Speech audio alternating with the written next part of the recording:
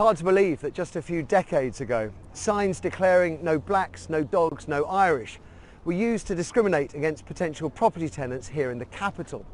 50 years of race relations and equality laws are supposed to have done away with all that. But tonight, in an undercover investigation, Inside Out exposes the letting agents prepared to select tenants for their landlords on the basis of the colour of their skin. Guy Lynn has this exclusive report. From above, you'd never know it was happening. But something is going very wrong in parts of London's letting market. 99% of my landlords don't want Afro-Caribbean. 45 years after the UK first banned discrimination in housing. I thought, why should he discriminate me for not having a place because of the colour of my skin? Tonight we expose the letting agents willing to turn away tenants on behalf of landlords. So if they're Afro-Caribbean, they won't be allowed to come and view the property because it's a waste of time. It's a waste of their time, it's a waste of our time. They're absolutely disgraceful, they are unlawful and they need driving out. Jumji and Wayne have both found a flat now, but it was a struggle. What got in the way was something many thought you'd never see in London 2013. Letting agents preventing them seeing flats for no other reason, they say, other than their colour. You ask why and why is it still in the window, they'll make up any reason. They'll say, oh yeah, it's because it's gone, someone's taken it, but then it's still advertised in the windows. You get treated a certain way or told certain things, and then you see that a different reaction to other customers. That's when you start to realise, oh, maybe there's something different going on here, you know. And their experience is mirrored by others. A survey by anti-racism charity the Runnymede Trust, seen by BBC London, suggests more than 25% of black people they asked feel they've been discriminated against in private housing. But the problem with proving this kind of discrimination is that it can leave virtually no trace. Even if you thought it was going on, you'd struggle to say for sure. But lawyers, landlords, letting agents had all told us that it was happening and that in certain parts of London it was rife. We've got Dean and Joe on board. As far as a landlord's concerned, the only difference between them is their colour and ethnic background. We've discovered numerous agents who say they're prepared to select tenants by race on behalf of landlords. And Dean and Joe are going to put it to the test by trying to get a viewing. So this is a flat we're going to put on the market. It's got 3 bedrooms, up-to-date appliances and a great London location. The only thing it needs now is a tenant. We're undercover and have invited agents to give us a market assessment. How much do you think I can get for it? Around £650 a week. Not just from any agencies, but from 10 who've already told us they're prepared to discriminate for a landlord. I just wanted to know if it's possible to specify no sort of Afro-Caribbean blacks or anything like that. We can't do that. We cannot be shown discriminating against the community. But obviously we got our ways around that. You don't have to tell us that because we, you know, like yourself, 99% of my landlords don't want Afro-Caribbeans or any troublesome people. Afro-Caribbeans, yeah, you did mention on the phone. Yeah, that's not a problem. There's nothing wrong with saying that, yeah. Without openly advertising it that, you know, no Afro-Caribbeans allowed, we would obviously, you know, understand that it's not available. It's quite shocking, really. I think these are individuals, agents who know what they're doing, who know that what they're doing is wrong, who know that they are breaching the law.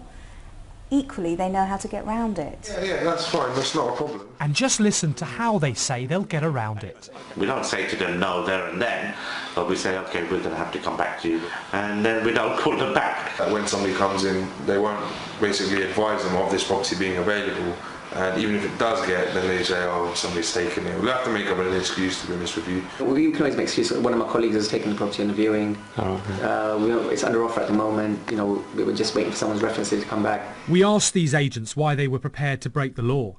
We got no response.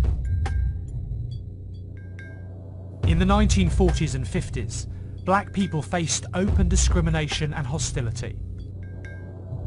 Waves of immigrants arrived from the Caribbean, and Britain saw some of its worst race riots in Notting Hill. Discrimination was blatant in housing. Signs on doors stopping black people from renting flats. The Race Relations Act of 1968 banned this kind of discrimination. 45 years later, we've discovered it's still there, but under the radar. So what was staggering was the sheer number of agents who said they'd be prepared to discriminate. The big question, would they now be prepared to do it in practice? We've put the flat up for rent now with 2 agents, £450 a week. And you're about to see what happens when Dean and Joe both try to get a viewing on our property. First, Joe tries national estate agents in Willesden. I see a range of viewing for a property. Tuesday. Okay. Is that okay? Tuesday's fine, yeah. Are you out to meet us at the property? That's perfect, yeah, that's better. So Joe has got a viewing. Now it's Dean's turn. Remember, same property, definitely still available. I saw an advert for one of your properties in Ladbroke Grove. I'm afraid that's already gone. It's already gone? Yeah. Do you know if there's going to be any viewings at all? Anything happening at all in the future? No, it's already gone. It's just gone? Yeah. All right then. I felt, why should he discriminate me for not having a place because of the colour of my skin? And then, I left there angry. The next agent, A to Z, Dean's in first. They'll give me a ring on Monday. So he promises a call on Monday. But surprise, surprise, no call. Remember this? We don't say to them no there and then, but we say, okay, we're going to have to come back to you. And then we don't call them back. And then he's fobbed off again. I haven't got confirmation. Once I do, okay. I'll put your details. Yeah, you got it, yeah. But when Joe tries the next morning, it couldn't be more different. What sort of time you want to do on Wednesday? What have you got? I've got 5 o'clock there. What sort of time you want to do on Wednesday?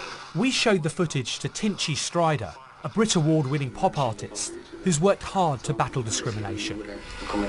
I'm still here trying to think, did I really see that? And they seem so okay about it. They don't feel like they're doing anything wrong. That's what I'm confused about.